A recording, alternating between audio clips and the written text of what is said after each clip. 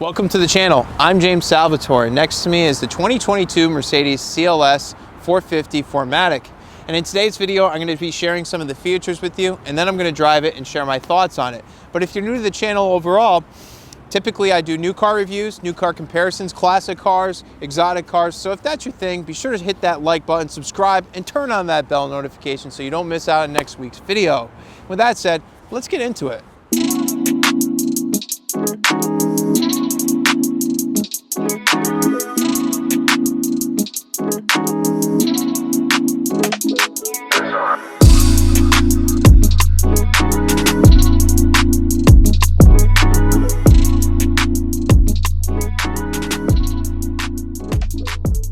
The CLS 450 is now the only trim level available. Gone are the performance variants of the past. Now it's just geared towards looks and luxury. It features a 3-liter turbocharged straight six with a mild hybrid drive motor, and it makes about 362 horsepower and 369 foot-pounds of torque, mated to a 9-speed automatic transmission.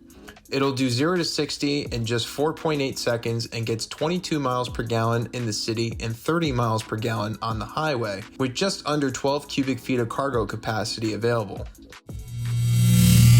When it comes to tech, you can see you have side-by-side 12.4-inch screens. The infotainment system is touchscreen. You could control it by the right pad here from the steering wheel or the track pad below, which is nice. They give you a way to interact with the screen pretty much any way you want.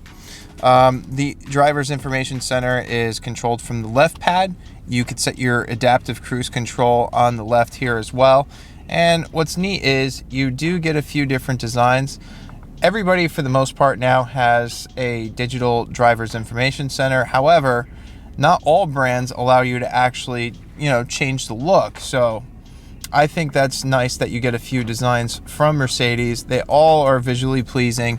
I think they've done a good job with it. Looking down here, we have our wireless charging. And another neat thing is you do have ambient lighting throughout the entire car.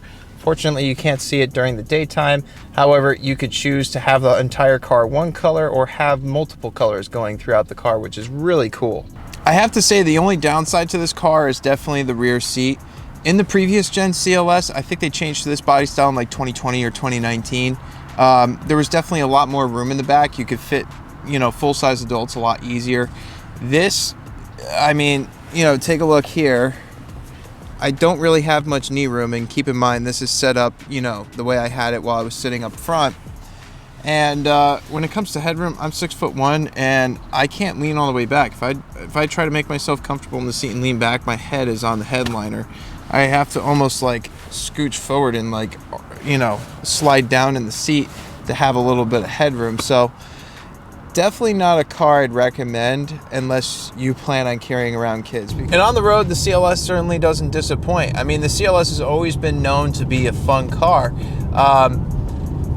This definitely feels like a heavier car, but it still feels nimble for its weight, and there's little to no body roll in the corners, which is nice.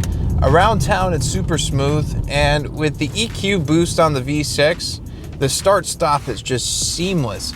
And the nice thing is, you get a little bit of a boost with the electric motor off the line, so it makes a V6 feel a lot smoother and more similar to a V8 in terms of acceleration. Like say in an S-Class, if you're used to S-Classes, you have that just smooth, even acceleration off the line, and you used to not really be able to get that in like a 4-cylinder or a V6, but now with these electric boosted motors, they really have been able to accomplish that with these cars, and that's a good thing. Even in the eco mode, it really doesn't cut down on power much, and it's so smooth. And let's talk about how well the adaptive cruise control is. Is it Tesla Autopilot good or not so much? I would definitely say no. This is definitely not as good as the adaptive cruise control, aka Autopilot, that's in the S-Class. The one in the S-Class is definitely much more advanced. This is trying to keep me in the lines, like it's trying to steer, but it's just not figuring out this road. I mean, it could be because it snowed and it's not really quite sure of itself. But Tesla's autopilot is just flawless. And the autopilot, if you take a look at this video right here, I'm going to put up here, in the new S-Class, the autopilot is significantly improved. I think what I'm really enjoying about this car a lot is just the feeling of having a heavy car that handles well. It's comfortable, but you still have an idea of what's going on the road. And as we approach these turns, I'm going to put it into Sport Plus. And keep in mind, the suspension feel really isn't going to change much. This does not have an adaptive suspension. There is no air suspension on this car. So, you know, it doesn't really firm up or slacken off. It's really just transmission and engine response. And it really is fun. It's more nimble than you think. I mean, these are tight turns, and it's not like I'm really trying to overly hustle it. But, you know, for spirited driving, you'll definitely still enjoy this car. Transmissions, and the 9-speed automatic transmission is pretty responsive. It's not dual clutch fast, but then again, you don't need that in this car. You just need something that, you know, is relatively responsive. All right, we're in Sport Plus. Let's get some acceleration in, shall we?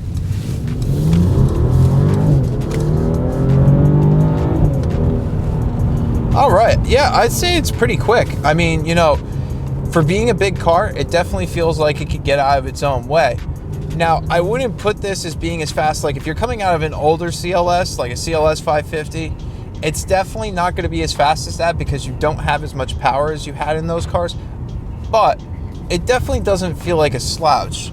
To sum up my thoughts on the CLS, I would say for the price point, you really are getting a good amount with this car. You know, you're getting into Mercedes higher end vehicle lineups, and it really looks and feels it. You know, on the outside, it looks aggressive while being elegant at the same time. It just has so much presence. And then on the interior, it really does feel like a special place to be. It's well laid out. Everything looks nice. All the materials in here are, you know, appropriate for the price point. So from that standpoint, I'd say it's good. And, you know, driving wise, you know, it definitely has that heavier car feel. So if you like that heavier car feel, I personally do, you'll definitely enjoy this, but it's still nimble and fun to drive. And you do get a good amount of power with this as well, and really good fuel economy. So definitely no complaints there. And with the EQ boost motor, it's just so smooth around town. It definitely feels, you know, much more like a V8 in terms of smoothness and taking off, and the start-stop technology is flawless, as I said earlier. I'd say the biggest downside to the CLS is the rear seat. All right, well, that's all for today's video. I hope you enjoyed it. If it helped you out and you haven't done so yet and you're enjoying the video, be sure to hit that like button. It really helps me out. Subscribe and turn on that bell notification so you don't miss out on next week's video. Before we go, I'd like to say a special thanks to my friends down at Mercedes-Benz of Fairfield, Connecticut for making this video possible. They're an awesome, super helpful, friendly group of people to work with. And if you're in the market for a CLS, particularly this one, or any other Mercedes in general, be sure to check them out. I'm going to leave their contact information in the description below so you can do so. And with that said, thank you for watching, and I'll see you next video.